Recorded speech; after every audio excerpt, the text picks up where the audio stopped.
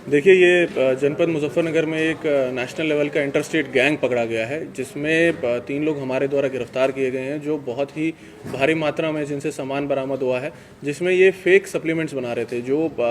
Primarily जो gym और क्या कहते हैं वर्कआउट सेंटर्स पे जाने वाले जो नई उम्र के लड़के होते हैं, वो प्रोटीन पाउडर्स और सप्लीमेंट्स यूज़ करते हैं। तो ये मल्टीनेशनल इंपोर्टेड ब्रांड्स जो हैं, कंपनीज हैं, जैसे ऑन है, अल्टीमेट न्यूट्रिशन है, यूनिवर्सल है, उनके नकली डब्बे, नकली स्टिकर्स बना के उसमें प्रोटीन के नाम पे जो कार्बोहाइड्रेट है माल्टोडेक्स्ट्रिन, उसके अलावा दवाइयाँ मिला के,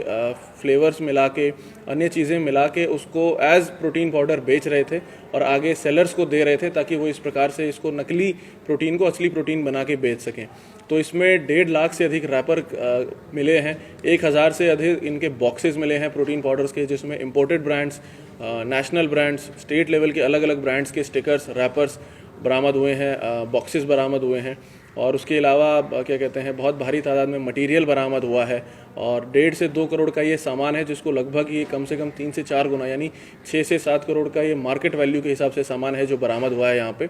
और प्राइमरली ये न केवल मुजफ्फरनगर से बल्कि उत्तर प्रदेश में लखनऊ, बरेली, इसके अलावा महाराष्ट्र में नागपुर और हरियाणा में यमुनानगर तक सप्लाई करते थे। वहाँ से जो ऑर्डर लेने वाला आदमी है वो इनको बताता था कि हमें इस कंपनी का फेक प्रोडक्ट चाहिए, तो ये उसी का स्टिकर प्रिंट करके डब्बे बनवा के इनको वहाँ भी सप्लाई करते थे। और इसकी सबसे बड़ी समस्या ये है कि 420 और कॉपीराइट प्रॉब्लम्स के क्राइम के अलावा सबसे बड़ी प्रॉब्लम यह है कि ये जिस तरह से मिक्सचर कर रहे थे, ये किसी भी तरीके से कहीं से कोई अप्रूव्ड नहीं था, फूड एंड ड्रग एडमिनिस्ट्रेशन या किसी से भी। इसलिए सबसे बड़ा प्रॉब्लम ये था कि नई उम्र के लड़के इसको भारी मात्रा में कंज्यूम करते हैं और उसके बाद उनकी बॉडी और उनके जो बॉडी के ऑर्गन्स हैं वो अलग अलग प्रॉब्लम्स डेवलप करते हैं और फ्यूचर में उनकी डेथ भी होती है। इस प्रकार के फेक सप्लीमेंट्स को, हार्मफुल प्रोडक्ट्स को लगातार वो कंज्यूम करते रहते हैं प्रोटीन समझ के, और लॉन्ग टर्म में न केवल ऑर्गन्स खोखले हो रहे हैं बल्कि डेथ्स हो रही हैं। और जो नई उम्र के लड़के जो ज़्यादा जिम्स वगैरह में जा रहे हैं आजकल, वो इस प्रकार के फेक सप्लीमेंट्स यूज़ कर रहे हैं। तो ये जो पूरा अभियान था,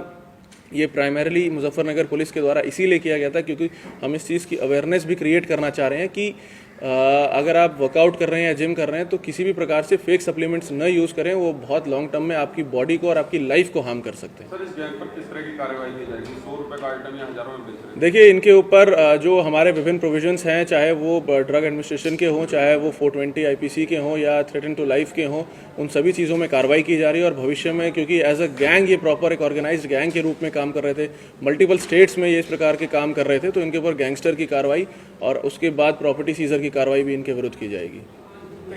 thank you. India plus news, सिर्फ वही जो सही।